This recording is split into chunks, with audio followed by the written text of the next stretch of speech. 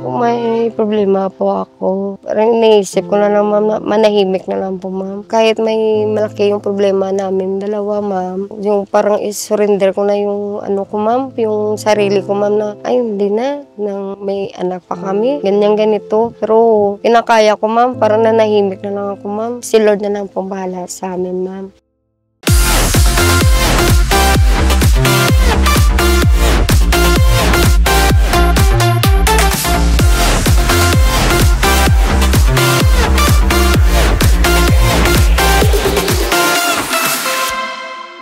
Pumunta rin ang aming team sa Bacolod City, Negros Occidental para mamahagi ng Hakot Challenge Sari-Sari Store. So tignan po natin ang kwento ni Madam Margie.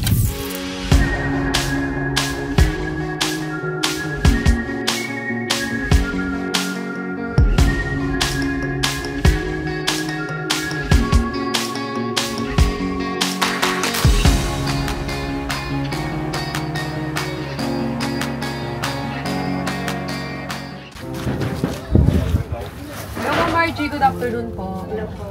Ako si Margie Santillan. I'm 32 years old. I live in Purok, Alalahoy, Barangay Banago, Bacolod City. Yung trabaho ko po, nagmamanicurista, and kung tatawagin po ako ng bossing ko po, on call for event ng yung hanap ko pa po dito kung wala naman po akong trabaho is naglalabandera po ako dito. Yung partner ko naman po na pumupunta sa bye-bye, tapos yung kinukuha niya na shell, binibinta, tapos yung pong pinapakain niya sa amin. Wala naman po siyang trabaho. Po yung on-call ko, nang ito lang po, dito lang ako sa bahay, naglalaba. Tapos ano lang, parang mahirap ma'am na yung tatlo lang po kami, tapos may isa po kaming anak na pinapalaki po namin ng maayos. Pero kaya po namin ng putsigi po namin nga dalawa po. Kamusta naman po ang buhay natin kahit mahirap? Ito, weather lang. Kahit makakain, di naman kumakain, ma'am. Pumupunta ako dun sa kabila, yung sa family ko, ma'am. Tapos doon naman po umingi naman sa kay mama niya, ng partner ko. Tapos ganito lang. Wala naman po, pumix-extra ng income po. Gumagawa naman po ako dito, nagluluto po ako. Ma'am, yung partner niyo, ma'am, ilang years na po kayo? Bale, yung partner ko, ma'am, is 12 years na po kami. Mag-30 na po kami next year. Yung sa anak naman po namin is yung gusto mo i-surrender nga doon di mo bala, ma'am, kaya yung gastusin ng anak. Pero ginaprosige po namin na kayanin po namin na para sa anak lang po namin na pag malaki po. Kung kaya naman po namin yung gastusin, ma'am. Yung araw-araw na pinapakain po is yung mahirap po kasi naalala ko yung anak namin ng paano kain. Umuutang po kami sa kabilang ng bahay po. Diyan lang kami para mapakain lang po namin yung anak namin. Tapos pag may trabaho po ako, diyan lang po ako magbabayad, ma'am. Kahit may malaki yung problema namin dalawa, ma'am, yung parang is-surrender ko na yung ko, ma'am, yung sarili ko, ma'am, na ay hindi na, nang may anak pa kami, ganyan ganito. Pero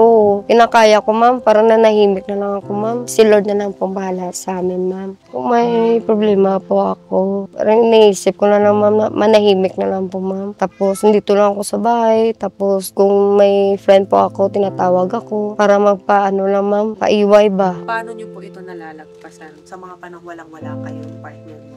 Yung partner ko naman, ma'am, siya yung maghahanap na, ma'am, ng mga araw-arawin namin na nasa bahay, ma'am. Siya yung maghahanap, ma'am, pumunta yan sa dagat, ganito, ganyan, kumuha, para may pakain lang po sa amin, ma'am. Dalawa ng anak namin, na siya na lang po. Tapos ako na lang po dito sa bahay. Sa partner ko, malaking tiwala ko sa kanya, ma'am, na kaya niya kaming buhayin. Kahit malaking problema ko sa kanya is, wala na yun sa akin eh. Parang yung naisip niya kung paano niya kami papakainin ng maayos.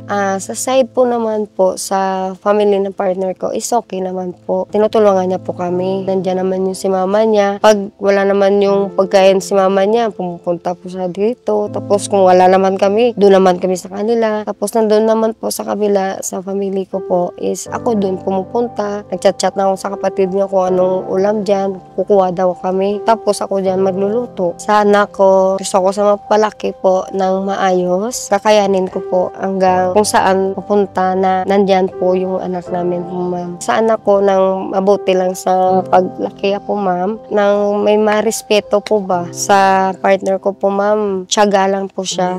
May tiwala naman po sa kanya. Kay nanay ko po, salamat gid nga gin baton mo ko nay kag sa ako mga pagrespeto man sa ila dako nga pagpasalamat. Ano po yung gusto niyong sabihin po kay Miss Maricel Tulfo kasi isa po kayo sa nakatanggap ng Sari-Sari Store? Kay Ma'am Maricel Tulfo po is malaking blessing po ito sa amin at sa partner ko po na ako po yung napunot mo, ma'am. Maraming salamat po. Yung Sari-Sari Store po, ma'am, ng malaking tulong po sa amin sa pag-araw-araw na gastusin, ma'am. Ipapataguyo po namin to, ma'am. Pagdagdagan lang po, kumakaya po namin to. Maraming salamat, Ma'am Maricel. Happy birthday, Ma'am Maricel Tulfo. God bless. Thank you po.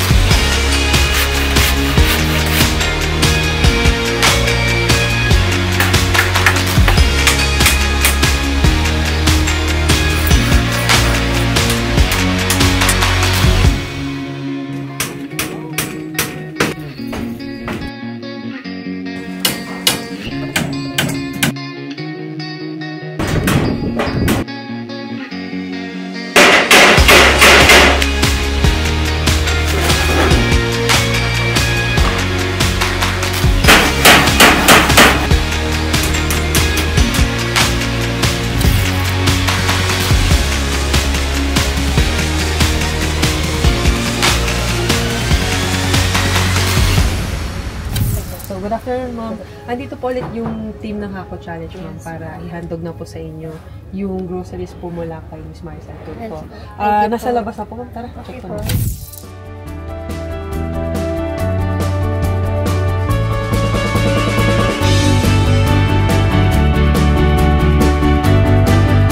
Thank you po, Ma'am Maricel Tulfo. Nandito na po yung aming grocery po na para po sa akin store po nga ipapalago po namin to ng aking family, and then God bless po. Maraming salamat po, Ma'am Maricel Tulfo.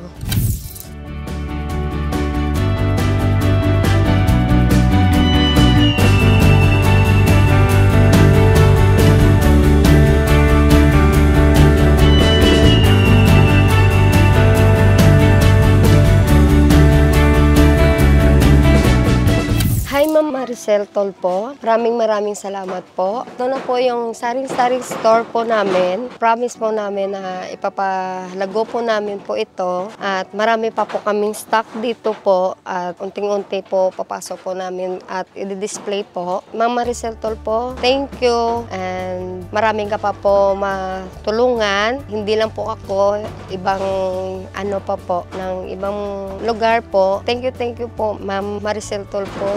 God bless po. Happy birthday. Thank you po.